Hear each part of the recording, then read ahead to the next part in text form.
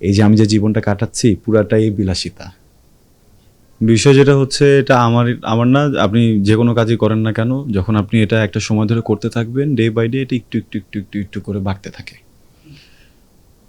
ধরেন মানুষের জীবনটাই ধরে নেন, আপনি জন্মেছিলেন কতটুকু, আপনি এখন উচ্চতায় কতটুকু বেড়েছেন, সময়ের সাথে সাথে কি কখনো কমেছেন?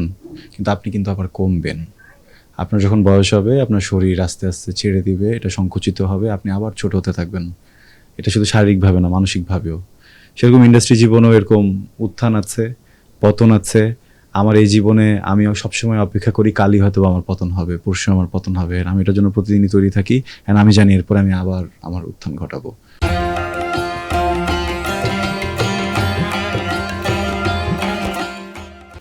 কারণ আমার রিজিক যতক্ষণ পর্যন্ত আছে, সৃষ্টিকর্তা যতক্ষণ পর্যন্ত আমার রিজিক দিয়ে রেখেছেন, ততক্ষণ পর্যন্ত আমি তো পৃথিবী থেকে বিদায় নিচ্ছি না। তার মানে আমি কিছু না কিছু খেয়ে পরে বাঁচবই।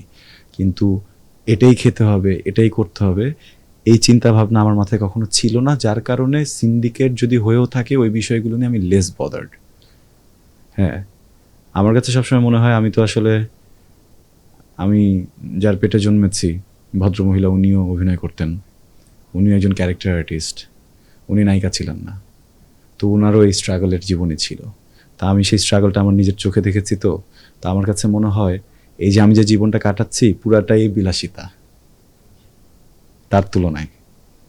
তো ওইখান থেকে আলহামদুলিল্লাহ, মানে যতটুকু আছে আমি এটাতে আসলে অনেক খুশি। এই জন্য সিন্ডিকেট হয়ে থাকলে বা যারা করছে তাদের প্রতি হচ্ছে গিয়ে আমার মানে খুব রাগ কাজ করে না যে একদম তাদের কিছু একটা করে ফেলতে হবে।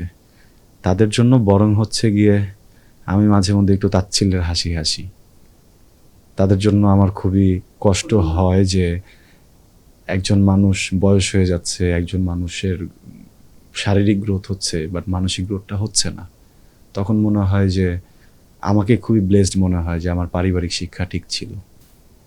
যেখানে আমি এতটা ব্লেসড যে আমার পারিবারিক শিক্ষা আছে, যেখানে এতটা ব্লেসড আমি যে আমার শুধু শরীর বড় হচ্ছে না, আমার মানসিকতাও বড় হচ্ছে, সেখানে যারা হচ্ছে গিয়ে এই জায়গাগুলো পায়নি বা যাদের ভিতরে যেগুলো কমতি আছে, শুধুমাত্র সিন্ডিকেট করছে বলে তাদের প্রতি আমার ঘৃণা নেই।